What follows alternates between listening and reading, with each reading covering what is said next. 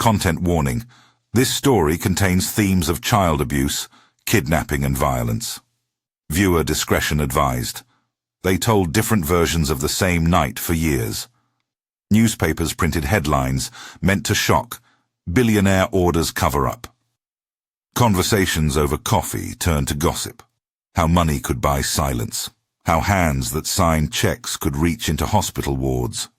But the truth, like so often, lived in the small, private details that money could not entirely erase.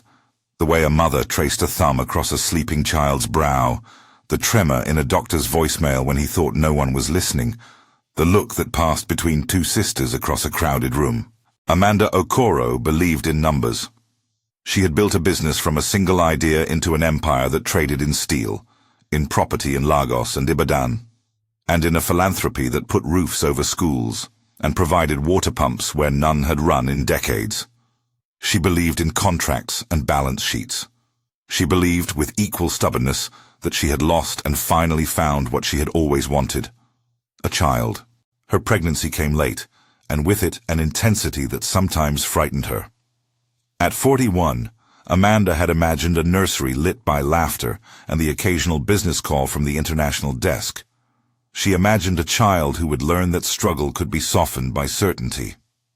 But she had not imagined how precarious the certainty could feel, that the thing she poured her wealth into could be stolen, not with force, but with a steady, careful absence of truth.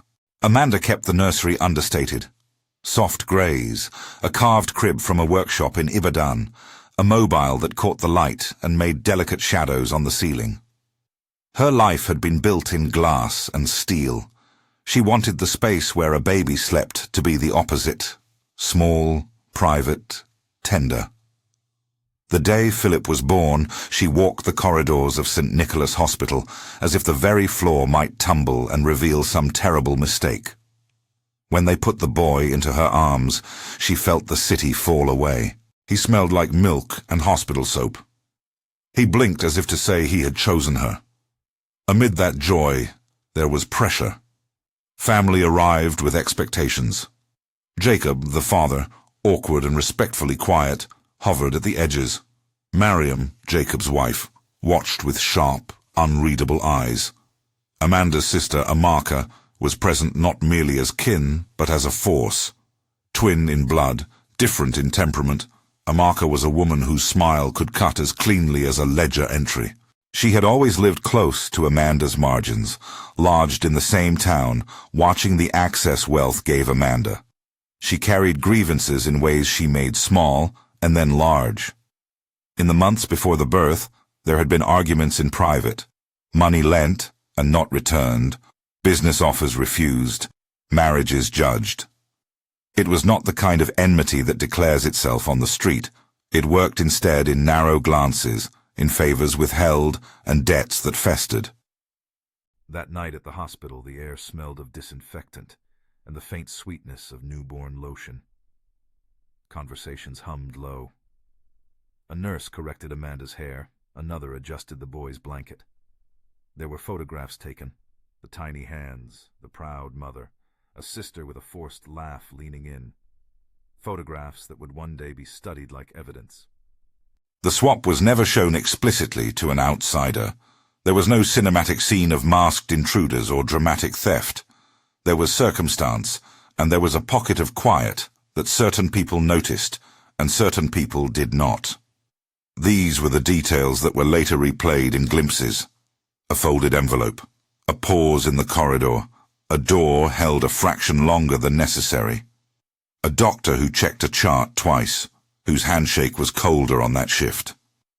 It would be said later that money changed hands. It would be said later that a decision was made to conceal a truth. At first, Amanda accepted the explanation she was given. Babies are fragile, doctors told her.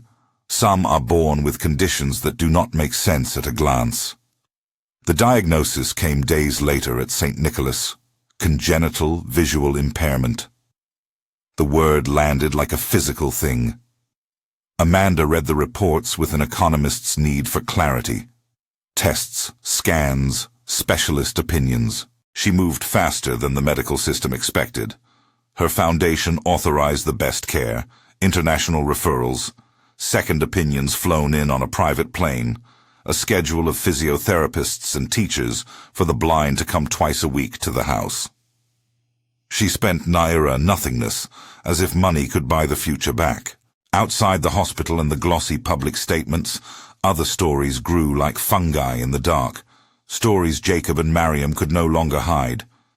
Philip, their biological son, had, within days of being born, been placed in St. Mary's orphanage. Jacob had signed some paperwork that read like abandonment to the world and like survival to him. He could not feed two families. He could not maintain the pretense that his own household included a baby recognized by a wealthy sister. The reasons were complicated, threaded with shame and pride. Jacob took work where he could. Mariam kept her silence, then let it harden into a face that belonged to someone who had been wronged. Philip in the orphanage grew differently. He was a bright child in a grey room. He learned how to squeeze laughter from what the world offered. An old ball with the name of a corporation stamped on it. A teacher who lingered after school to teach mathematics to the other boys, a volunteer who read stories and made temporary warmth in their afternoons. Philip's mind was nimble. He loved puzzles. He learned quickly that life offered fewer certainties and that one's brilliance was sometimes the only way to survive humiliation. Amanda was not the only one who believed she had to act. Amaka moved through the household with a confidence that suggested entitlement. She had a son, Chisholm, and a younger child, Emma. Chisholm could be charming at first glance, a boy who loved the attention that came with being close to wealth. But charm turned to possessiveness to aggression. His anger shone in ways that those who loved him found paradoxical.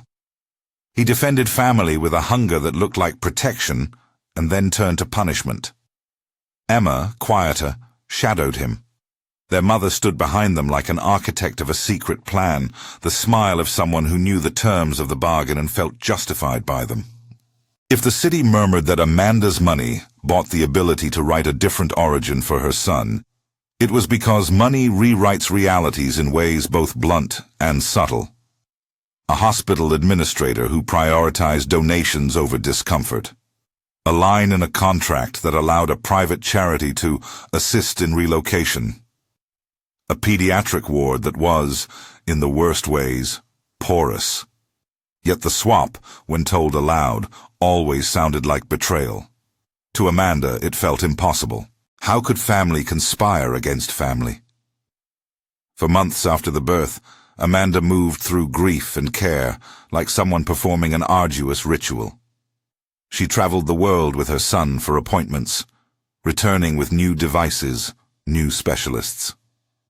There were nights when she stayed awake with him in a chair, counting the pattern of his breath, learning to be the kind of mother who had to translate the dark into rhythm. She read him stories. She ran her fingers along his face in the soft lamplight. He called her Mum, in a voice that made the word heavier and lighter simultaneously. Peter, that was the name she gave the boy she had been told was Philip, learned his home by touch. He learned where the staircase creaked, where the library smell turned to citrus in summer, where the dog padded and made a small sound. Amanda taught him to navigate the world with care. She did not excuse herself from the truth she had been given. She loved him as fiercely as any mother. That love, repeated and practiced, would later complicate the claim to what was hers to begin with. While Amanda built a life of enormous tenderness and expensive medicines around the child she believed to be hers, the family that had lost Philip fractured in smaller, crueler ways. Jacob took to walking the city at night, to working longer hours to afford small comforts. Mariam spoke sometimes in a way that suggested iron had replaced what had been soft in her.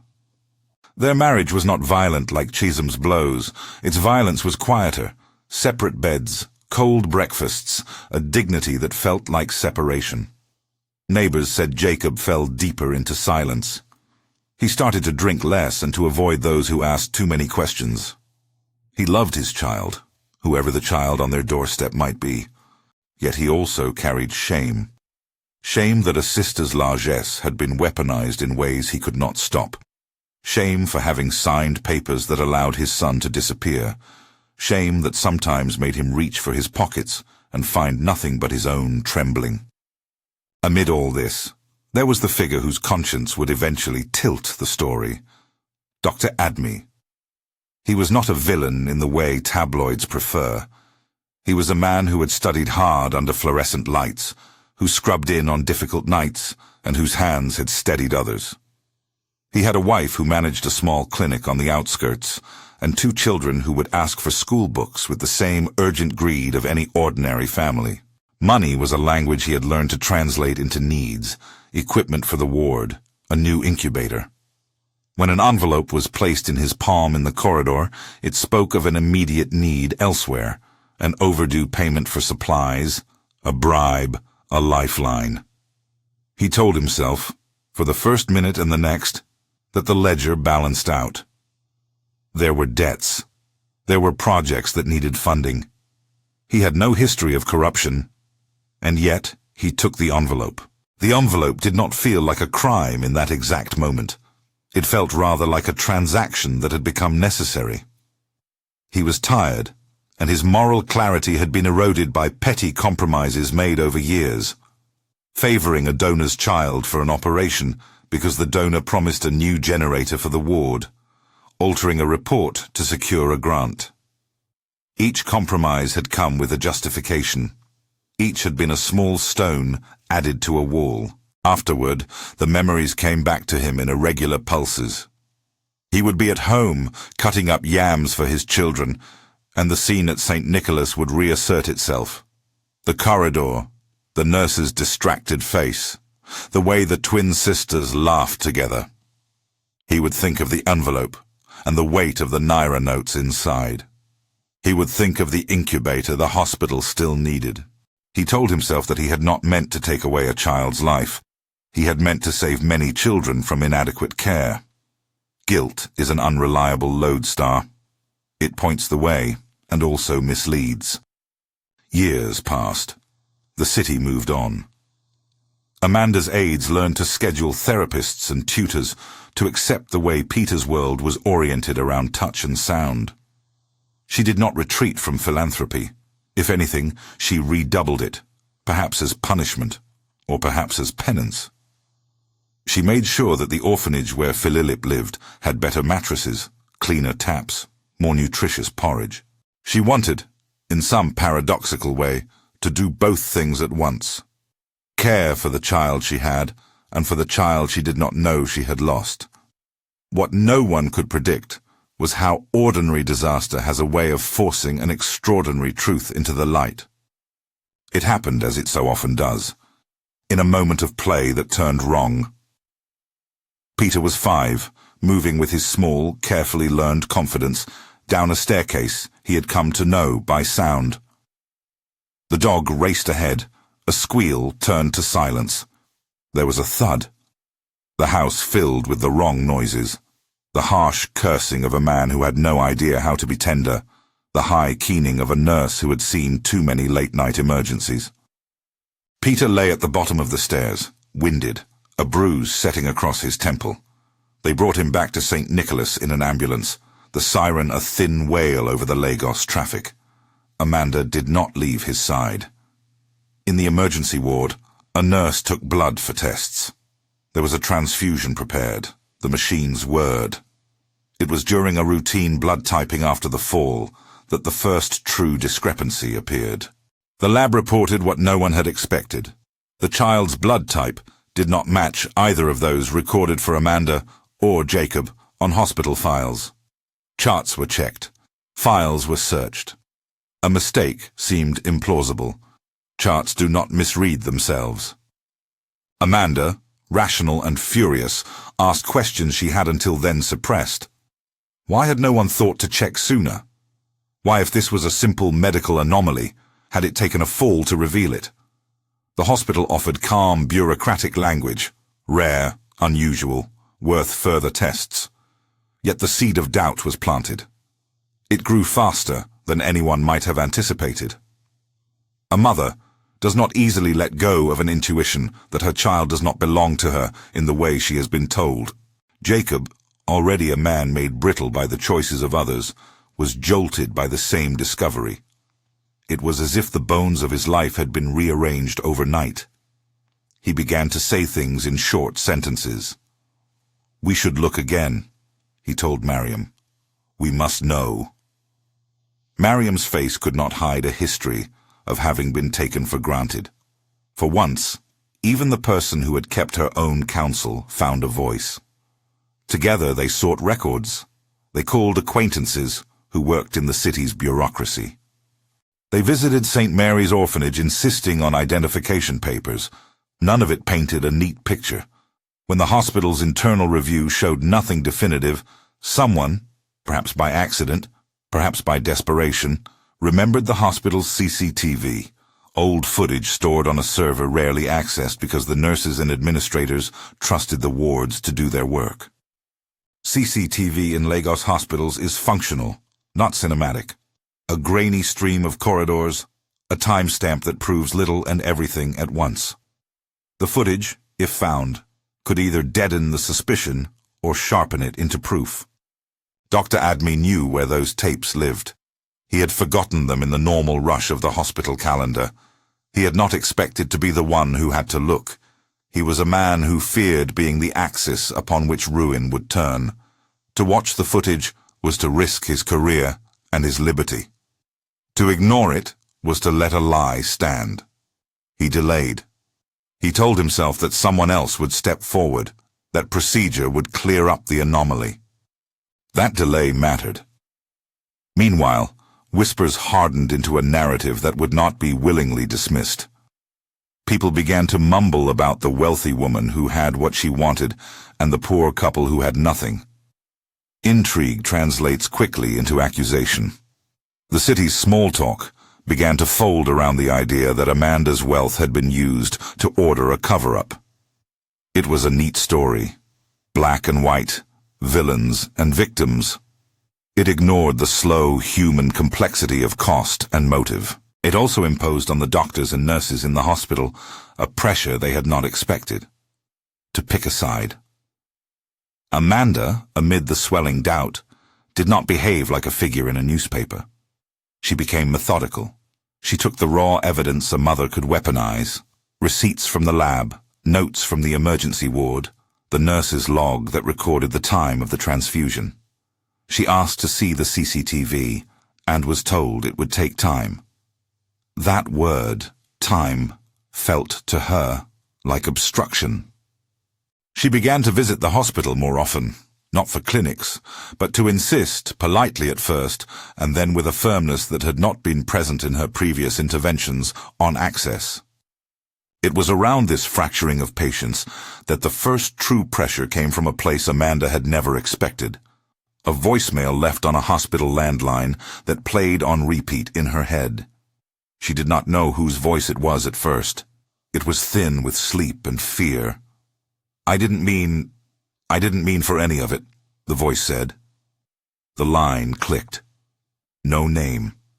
Amanda replayed it until the thinness of the voice became familiar. It carried an accent, yes, but more than that, it carried the cadence of someone who had been caught between professional duty and a desperate need to keep something private. The caller was not anonymous for long. Hospital staff speculated in hushed tones. Someone recognized the cadence as belonging to a doctor who had recently taken a leave, a man known for staying late. They named him in corridors that had once only known the sound of beeping monitors. Dr. Admi. He, meanwhile, had an inner calculus that kept malfunctioning. When he was not in consultation rooms, he was home, and there the moments of guilt formed like small geysers. He would wake at night and not know whether to call a lawyer or a priest. He feared the thought of jail for taking a bribe. He feared, more quietly, the idea of being the reason a child was stolen. In the marketplace of conscience, sometimes fear is immediate, louder than remorse, but guilt is patient. It can wait, and then strike like an answer that will not be ignored. The weight of the first test result, the fall down the stairs, the impossible mismatch in the bloodwork, these things spun the narrative outward. Amanda's private doubt became a public pressure. A woman who had always solved problems found herself in the most human of dilemmas. What do you do if the evidence you love suggests that your most cherished possession is not, in fact, yours? It is at this junction that the town's old machinery clicked into motion. A junior nurse was moved to another ward. An archivist made a note to re-examine footage. There were whispers the hospital would resist a full disclosure. Reputations and donors could be lost. But there are people whose small kindness cannot be monetized. There are those who, when confronted with a wrong, will gamble on doing the right thing because it is simply the right thing. Amanda hired a private investigator, not out of spectacle, but necessity. The investigator moved like a shadow through the parts of the city Amanda's money could not reach. The orphanage's cramped offices, the hospital's back corridors, the stoop where Jacob took his cigarette breaks. He did not tell Amanda everything as he found it. He knew the power of a revelation delivered all at once. He also knew that people change when they feel watched. Some straighten, some crumble. The investigator found discrepancies that had been hidden in plain sight. A ledger entry that showed a donation to the hospital the same week the child was born, an expense account that included a line for emergency procurement, but with a recipient name that did not match official paperwork. He photographed the ledger, quietly and without theatrics. In his files, a name kept surfacing. Dr. Admi, a witness, as the case would later describe him, is rarely a single heroic figure. They are composite, a person with conflicting loyalties, a reason to keep silent, and a reason often less rational to speak. Dr. Admi had reasons for both. His pockets were thinner since his clinic's generator had failed, and his wife had been pressing him about school fees. He had been offered money, naira that would translate to relief. He had also been offered threats, an insinuation that a man in his situation could lose far more than dignity if he disclosed what he knew. To be complicit costs something. To refuse to be complicit costs more. There were 2 nights in which the story might have turned. On the first, Dr. Admi sat in the dark of his living room and watched his son cluster the pages of a school book with glue on his fingers. The child looked up and asked simply, "Daddy, will we get the new desk?" It is difficult to place moral decisions in the balance against an innocent face. He thought of the envelope once more, and the words he had told himself at the time. It was for the greater good. He slept that night poorly, and when he woke, he found himself composing a resignation letter that he never sent. On the second night, he walked the hospital's dim corridors, pretending a reason for being there. He had keys. Those keys opened doors that seldom creaked. The CCTV room smelled of dust and stale coffee. The monitor hummed. For a long while, the images on the screens were white noise. Corridors, a woman wheeling a cot, a nurse reading a chart. He could have left. He could have turned away. But the small, precise humiliation of knowing someone else's life depended on his inaction made his hands move. He rewound the tapes to the date and the hour Amanda's child had been born. The timestamp rolled like a sentence. He watched a corridor through which 2 women walked, twin presences, one laughing softly, one with a face taut as string. A movement that seemed trivial in the grain of the footage made the tape stop. His finger hovered over the play button. If he pressed it, the image of the corridor would open like an incision. It would show, perhaps, more than he wanted. A nurse distracted, a hand that reached across a cot, an embrace that could be read as either comfort or conspiracy. If he did not press it, he would carry that secret until the day it ate him.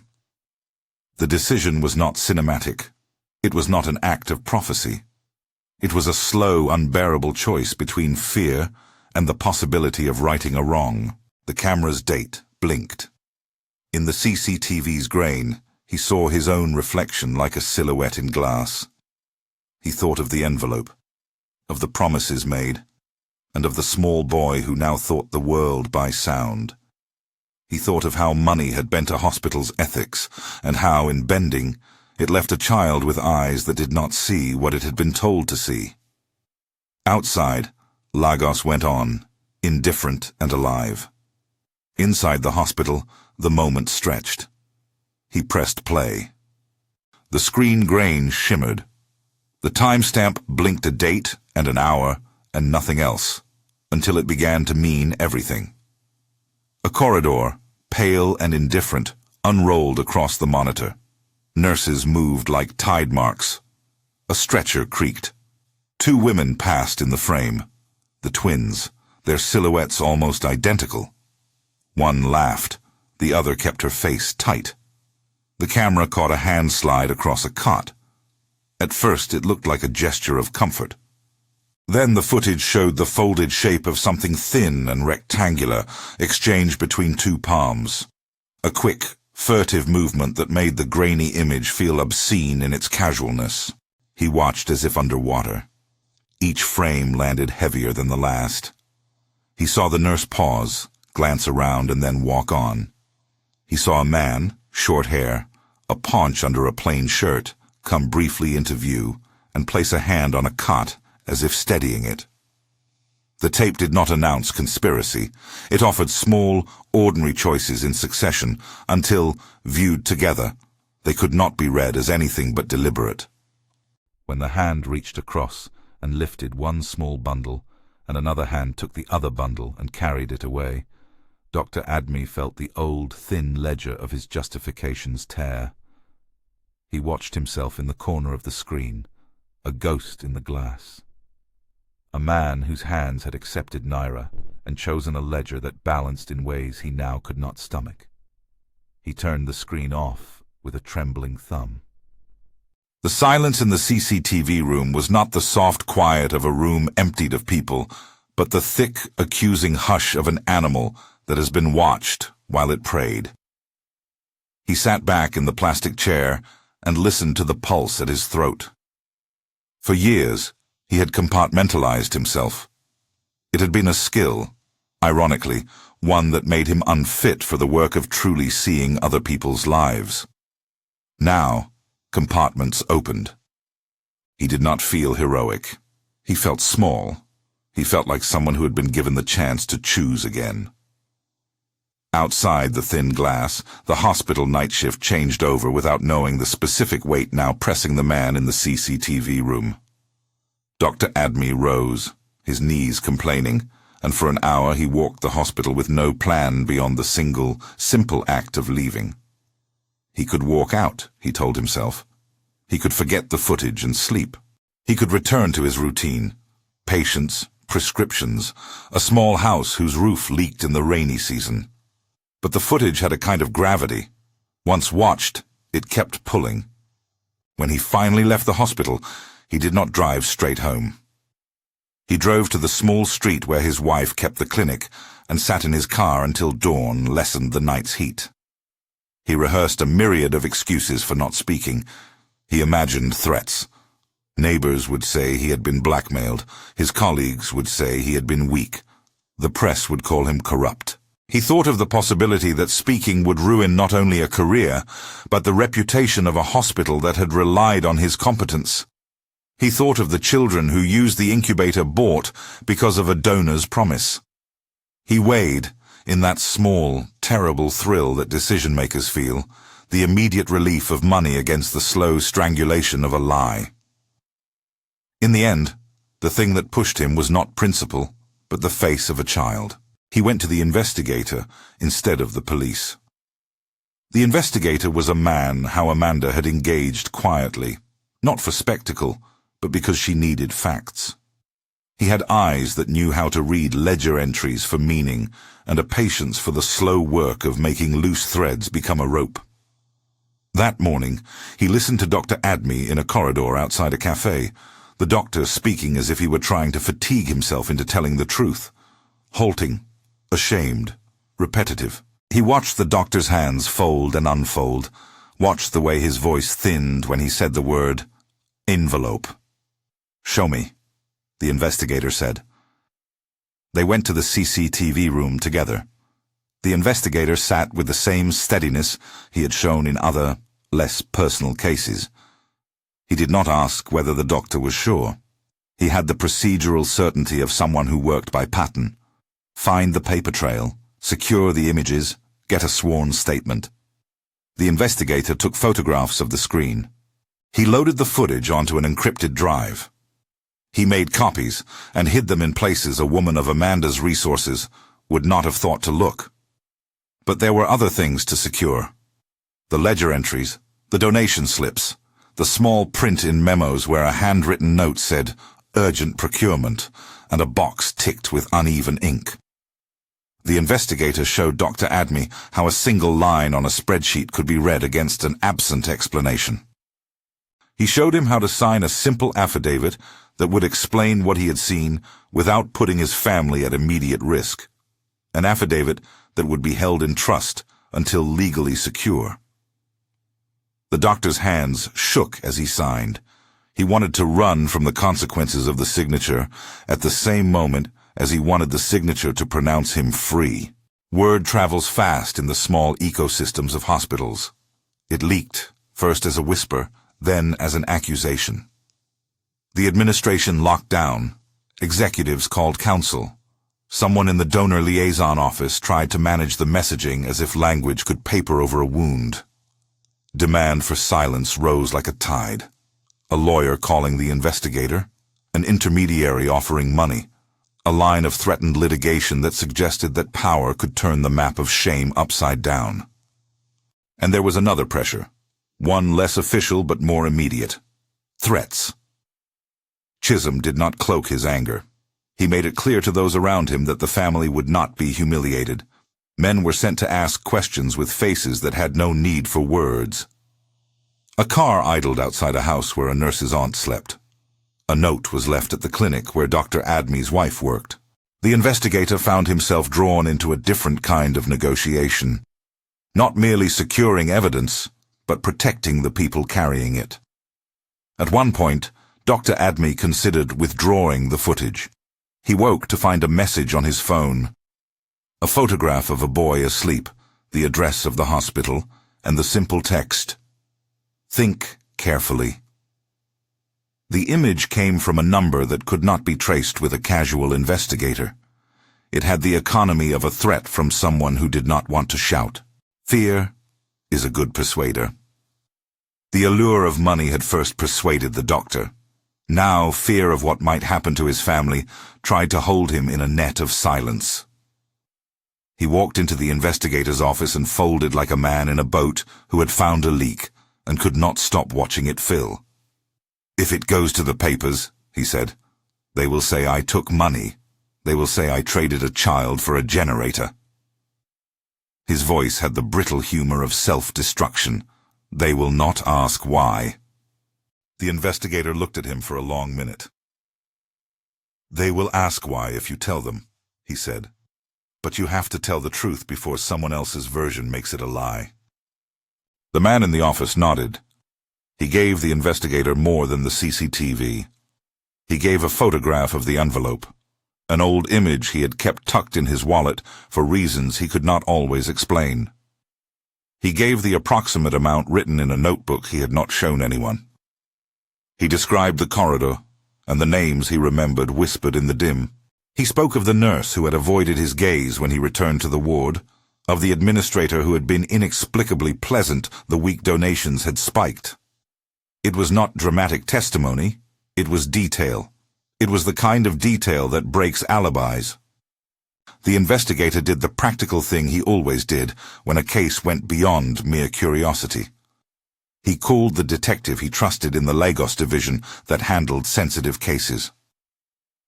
The detective agreed to open a file on the basis of what had been supplied. A complaint could be drafted that night, a search warrant prepared in the morning. The hospital fought. That is how institutions act when they are threatened. They use protocol to shroud urgency. They suggested internal review, independent auditors, a moratorium on public commentary. The hospital's counsel spoke in measured terms about procedural irregularities and the need to preserve patient confidentiality. There were reasons to be cautious. There were reasons to resist. But the tape existed. The doctor knew it existed. The investigator had copies. Amanda watched the footage at the investigator's office in a quiet room with Jacob and Mariam beside her. The image that unrolled was poor, but what it showed was not open to tasteful reinterpretation. Amanda had the odd sense, not of being betrayed by a nameless system, but of having been betrayed by the muscles of family. When the tape stopped, she did not scream. She did not collapse. She placed her palm on the screen where the corridor had been and felt nothing but the flat glass. There was a gravity in the room that made it difficult to speak. Jacob's face, already furrowed by years of small defeats, was now open with a grief that had edges. Mariam's eyes glittered as if with heat. Amanda's mouth closed in a line that made something in the observer's throat tighten. This was the moment a private life became evidence. "You saw it," she said to the investigator, as if the words explained nothing and everything at once. "I did," he answered, "and more can be found. Ledger entries, hospital logs. We can subpoena." She nodded. The idea of legal instruments was comforting because it was discreet. You could hold it to a light and see the thread. Amanda had built an empire on systems. Now she used one to do what it had been meant to do: bring facts forward. They went to the police. The detective they worked with was precise and careful, neither showman nor moralist. He listened, took statements, and promised to move with discretion. He requested the copies of the footage. He drafted a statement for Dr. Admi and organized a request to the hospital for access to the server. When the hospital counsel heard, he offered the strange mixture of obfuscation and cooperation institutions' favor. "We will open full internal inquiry, but require time." Time, in this story, was the only thing the accused could not afford. The tape, once it was known to exist outside the hospital walls, moved faster than any official pause. Reporters smelled a story. Rumor made moral judgments quicker than evidence could be assembled. A headline printed in a downtown paper the following afternoon read, bluntly, "Billionaire Orders Cover-Up." Amanda had not ordered a cover-up. The headline was not an act of malice so much as shorthand. In the city, wealth and power are often assumed to be the engine behind acts that profit from the social structure. But headlines stick. They make meanings that can be hard to unpick.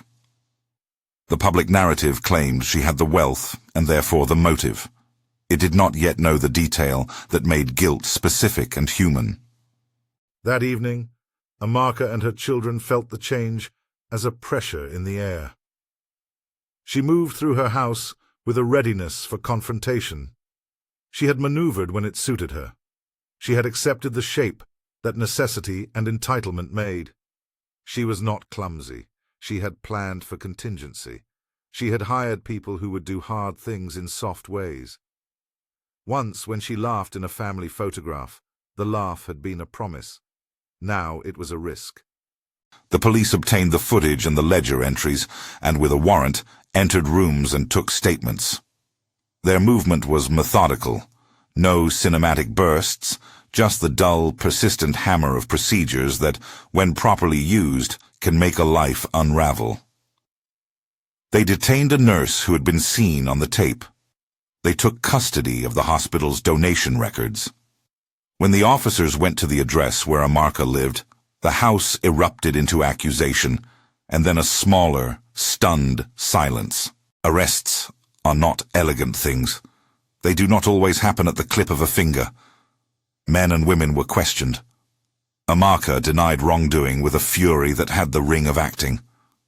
"I love my children," she said loudly. "We did what we had to do." Her hands did not tremble. Her eyes shone with a conviction that can be mistaken for righteousness when it is, in truth, a kind of resolve to survive. Chisholm, when the police knocked, tried to leave by a back gate and was stopped. He was angry with the world, and for the first time in a way that mattered, with his mother. He had grown used to aggression as a tool. Now he found himself on the defensive. Emma, sullen and younger, could not hide the confusion.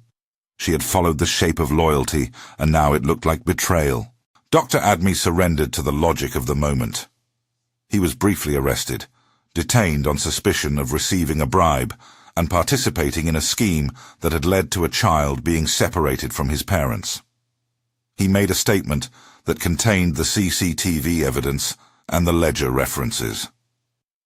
The investigator, who had sat with him while he wrote the affidavit, watched as a man relinquished his sense of self-protection. It was not a clean redemption. Guilt does not erase itself with confession. But the act of speaking had altered the narrative. A judicial process began. The police submitted files to a prosecutor who assessed charges.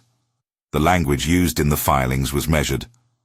Alleged kidnapping, suspected child trafficking, medical misconduct stood in for the blunt human harms being catalogued. The accused were detained pending further inquiry. The law is often a slow and awkward machine. It does not always move at a pace that satisfies the demands of those who have been violated. Still, it began to move. For Amanda, the work that followed was not merely legal, it was domestic and intimate. The orphanage, St. Mary's, was visited by officials who had been given the investigator's dossier. There, in a compound with an air of permanent waiting, stood Philip. He was now 5, older, the bright child who had learned to extract possibility from scarcity. He had become even more lithe in his thinking, less trustful in his eyes, more cautious with his affection. The reunion was nothing like Amanda had rehearsed in private. She had imagined a cinematic remembering, recognition, the pure eruption of maternal memory. Instead, it was tactile and slow. She watched as two women came together in an embrace that was careful, like the joining of two halves pressed into a seam. The orphanage director looked on, professionally composed, but not insensible to the human energy in the room. Philip was suspicious before he was soft. He measured Amanda with a gaze that had already been trained to probe adults for truth. He asked the practical question first, one that was both innocent and sharp. "Will I still sleep here?" His slate of needs was immediate: food, routine, shelter. Amanda answered with the only thing she could give him without breaking protocol: an honest promise. She told him she was his mother. He examined the word the way one examines a coin. It was heavy. They arranged for immediate, non-invasive confirmation. A DNA swab now, formal and clinical and detached. The tests were a legal instrument, as much as a personal vindication. When the result came back and matched, it did two things at once. It restored a life and complicated another. The boy who had been known in Amanda's house as Peter, tactile, secure, rocked in the rhythm of a mother who had taught him the geography of their home, was now thrust into an impossible position. Peter, who had learned the architecture of the house and had the soft claim of 6 years of care, did not recognize the world in images. He knew people by the shape of their hands, by the cadence of their voices. Amanda held his face and tried to find words that would not hurt him as she took Philip home. It was Amanda's first crisis that could not be solved by money alone. She had resources, tutors, therapists, devices that could have claimed miracles for any number of conditions. But children are not stock to be redistributed by balance sheets. She loved both boys. She had loved Peter, as if his presence had always been her destiny. She had not, in the years she had spent building his world, been living a lie. She had been practicing love. Now the law had decided one truth, and her heart held two. In the quiet room, where the DNA report sat, Jacob watched Amanda with something like relief and something like recrimination mixed together. "We can take him home," Amanda said to him. "Both of them. We will make room." Jacob had lived with the small, corrosive indignities of being the man who had signed papers he would later regret. He had thought then that survival meant compromises. Now survival demanded a new kind of courage. He agreed, but his voice had that brittle quality of someone who had been repeatedly asked to bear other people's mistakes. Mariam stood a short distance away. She had been the woman who had endured silently for too long. Now she spoke with an edge that had been tempered by humiliation and fury. "You cannot make it only about your conscience and your charity," she said. "This boy has lost 5 years. He needs us, not just pity." Amanda heard the rebuke and let it land. There was blame in it, and deservedly so. She had not asked to be given a child in a story that belonged to another family, but she had been given a responsibility, and now the responsibility widened. The immediate practicality was resolved in a way that spoke to Amanda's resources and to the legal caution of everyone involved. Philip would come home with her, but under the watch of social services and with ongoing assessment. Peter would not be sent away to an unknown family. He would remain with Amanda for the time being, supported by specialists who could help him navigate loss and identity. The arrangement was not a final judgment. It was an emergency stabilization that attempted to balance duty with care. The first days were a carousel of small, heavy negotiations, arranging schooling for Philip, finding a therapist for Peter, reconciling a household where the morning routines had always been learnt by touch alone. Amanda learned to introduce the boys to one another as two separate people who would have to share a home and perhaps a future. She taught Philip how the house smelled in summer. She taught Peter how the other boy held himself when uncertain. The practicalities were not what made the nights long. It was the moral calculus of love and justice, of restitution and responsibility. The legal proceedings moved too. Charges were laid. Amaka, Chisholm, Emma, and Dr. Admi were listed as facing investigations. The language in the filings was careful, for the prosecutor knew the danger of assuming guilt before the courts had done their work. Charged with kidnapping and trafficking of a minor, the documents read. Suspected of medical malpractice and accepting unlawful payments. The accused entered the formal rites of suspicion: arraignment, remand, bail applications. The news began to speak in legalese and in human angles. The wealthy woman wronged, the poor couple betrayed, the doctor who claimed necessity, the daughter who followed her mother's instructions. The city watched with the two parallel tastes that make such stories irresistible: the desire for neat villains and the slow hunger for complexity. Editorialists wrote menacing lines about corruption and power. Others wrote defense of the system and of how institutions can be stretched by a single bad act. Social media, as always, offered a chorus of verdicts without the burden of procedure. Amid it all, Dr. Admi wrestled with consequences. He had given evidence that would hurt him. He had given it in hope that truth might be more than a private absolution. He had accepted being labeled a betrayer by some and a necessary witness by others. He received threats on his phone and a bouquet at his door from strangers who praised him for doing the right thing. He did not feel praise. He felt rawness. The man who had once justified small compromises with the needs of his children now had the weight of a decision that had changed lives. Some nights he slept, some nights he did not. He wondered if the ledger would ever be forgiven. Amid the arrests and the legal moves, there were quieter cruelties. Chisholm, in detention, learned that being powerful in a neighborhood did not always translate into impunity in a cell. He raged in ways that were meant to terrify, words thrown against a glass panel, threats that had the hollow ring of impotence. He sought to make himself big where he could not. The police took note of his temper, and the investigator noted it in a file that would one day be considered in mitigation or condemnation. Emma, who had been younger and less weighty in the scheme, sat with the lawyer and contemplated the possibility that loyalty could be criminal. She had followed a mother's direction and felt the ache of having been used. In statements she made with counsel present, she sometimes wept as if from being a child again. For Amanda, public perception mattered less than the private work. She bore the headlines as one might bear a rash, an irritation that cleared slowly with treatment. She had resources to ensure Philip had therapy, to retain the best lawyers, to build a scaffold around both boys. Yet even wealth could not erase the moral question. What responsibility does wealth confer when harm is inflicted in its orbit? Amanda found herself drawn into conversations with activists and with the directors of orphanages, with lawyers, and with ordinary women who had known humiliation because of others' power.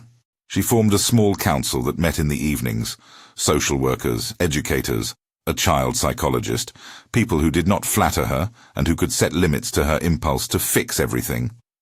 The hospital underwent scrutiny. A board member resigned. An independent auditor was appointed to review donation procedures.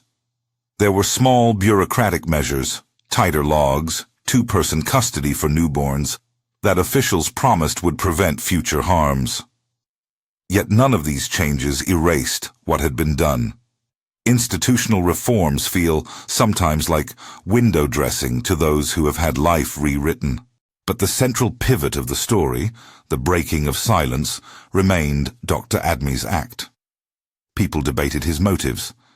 Had his conscience finally done what threats could not, or had he been pushed by fear of discovery? The truth is rarely pure in these debates. He had been motivated by a knot of motives: shame, fear, desire for absolution. The investigator who had worked with him said later that motives matter less than consequences. The consequences were that the tape existed, and that the tape made it difficult for denials to hold. The days that followed were an odd mixture of legal choreography and private tenderness. Philip met the things of a life he had not known. A soft bed, with a headboard carved by a craftsman Amanda favored, a plate of food that did not rely on charity hours, a tutor who could feed a child's curiosity with books. He liked mathematics still. He liked puzzles. He asked questions about the things a boy wonders, birds he had never seen, why the sea tasted like salt when he had never been to the coast. Amanda answered with patience and the kind of honesty that does not flatten pain into cliché.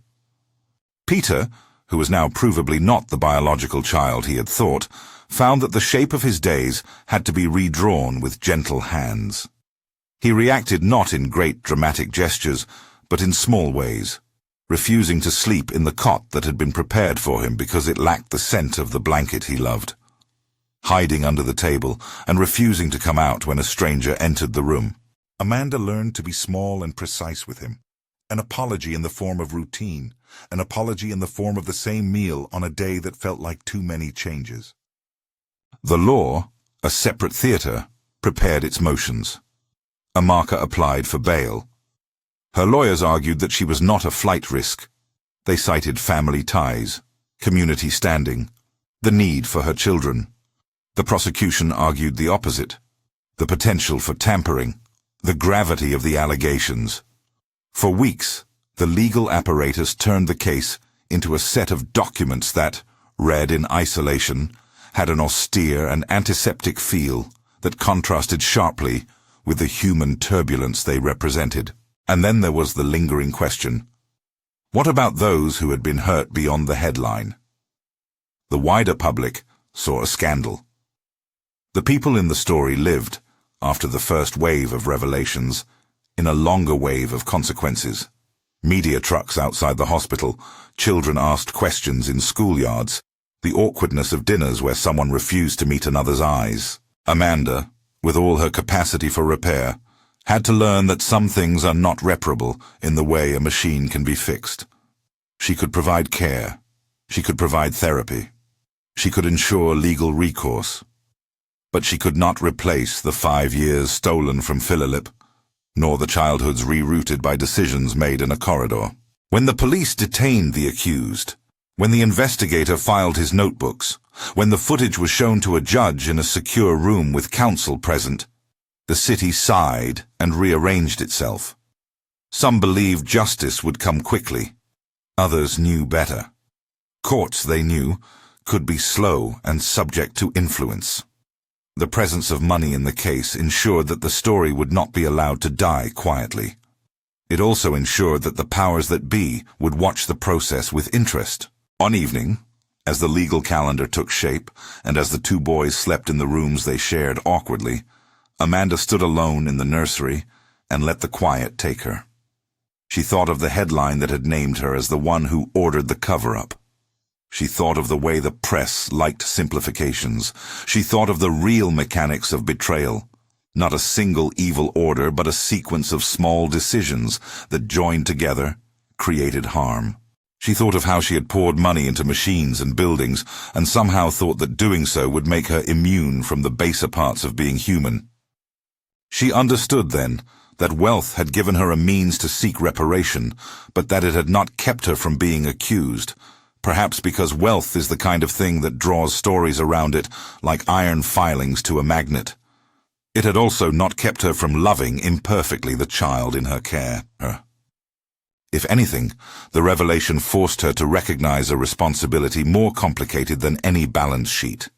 To repair what she could, to face the accusations, and to hold the children first in her arms, and then in a legal framework that might protect them. There was a moment of violent surprise in the middle of all this.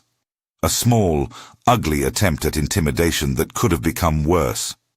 A man waiting outside a social worker's office where Dr. Admi was expected to appear made a commotion, shouted accusations at the doctor's face, and tried to shove through a door to confront him. Security intervened, and the man was placed under temporary arrest. It was later linked to Chisholm's associates, an effort to scare witnesses into silence. The pattern repeated. Once a family decided to use muscle, the muscle often acted clumsily. In the weeks that followed, a smaller narrative took shape. Not simply the arrest of those who planned a swap, but the human work of remaking lives. Amanda, Jacob, and Mariam made a plan for a shared set of responsibilities for the two boys, with professionals mediating the transition.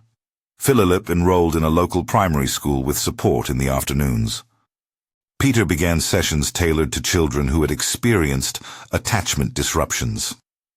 The house, which had once been defined by the architecture of Amanda's choices, rearranged itself to make room for changed routines. Rugs that had raised edges for a boy who navigated by foot, shadows in new places. Amid all the administrative movings, the emotional work of forgiveness and accountability continued. Mariam spoke once, in a meeting of the family and social workers, about the quiet violence of being left out of decisions made with her son's future in mind. "You think money fixes things," she said, not angrily, but with the dry clarity of someone who had been kept on the margins.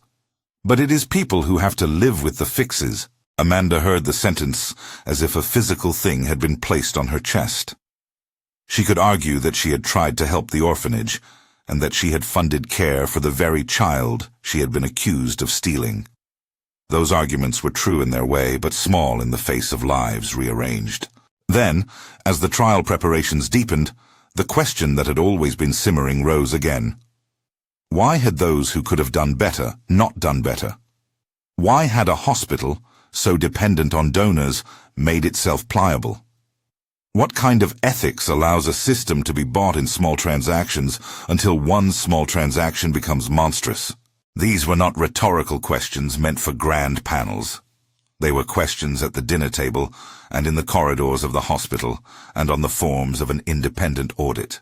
The case, for all its complexity, hinged on one legal fact that the prosecutor relished. The footage removed the possibility of the entire narrative being a misunderstanding. The child swap could not be explained away as a tragic error.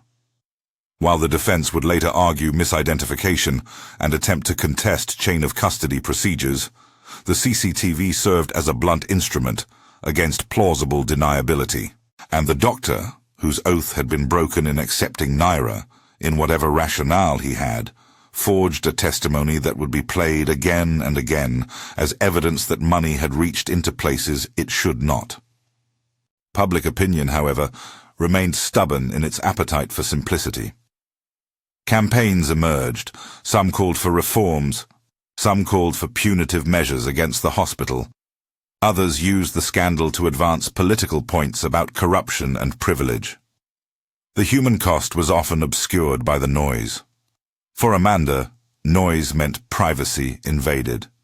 For Philip, it meant being asked in school about where his mother had been. For Peter, it meant a life rerouted by other people's choices. The investigator, who had been the first to move when Dr. Admi could not stand silence, later described the case in terms that felt, to those who had watched him work, humble and precise. It was not heroic.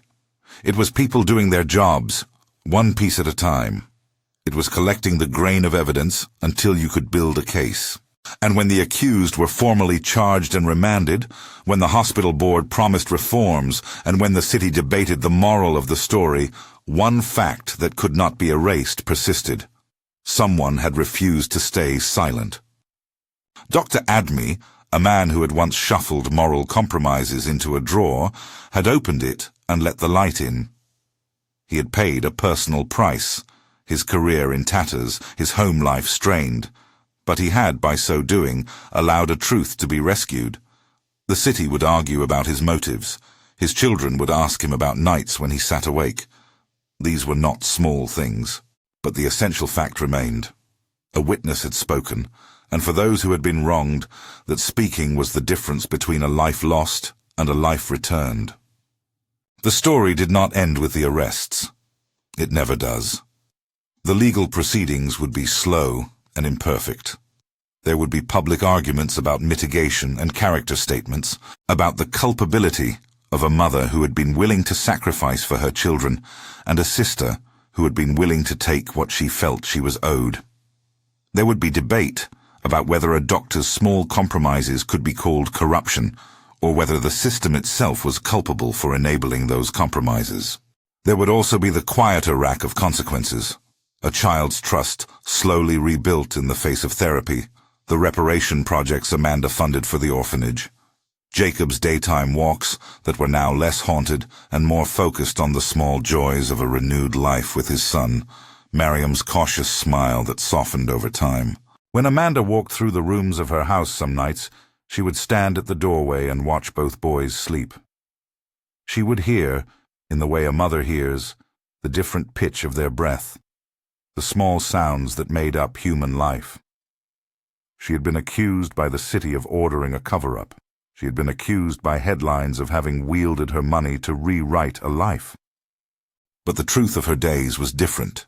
It was a series of attempts, some effective, some clumsy, to hold children in safety and to answer the harm that had been inflicted. There remained a last, bitter edge. The people who had orchestrated the swap, if proven guilty, had not only stolen a child, they had also stolen years. That theft would not be undone by legal verdicts. No courtroom could fill a childhood lost. But the court could punish misdeeds, and more importantly, create a public record that might prevent a repetition. When the next hearing was scheduled and the accused were escorted into the dock, Amanda sat behind the victim support services and watched the legal system begin its work. She felt no triumph. She felt at times exhaustion, and at times a quiet, ferocious protectiveness. She had been called many things in the press: the woman who bought silence, the billionaire who always got what she wanted. She had been reduced to a caricature by strangers who had never held a child through the dark. Inside, she carried the opposite, the long list of small private labors that make up a life of caregiving.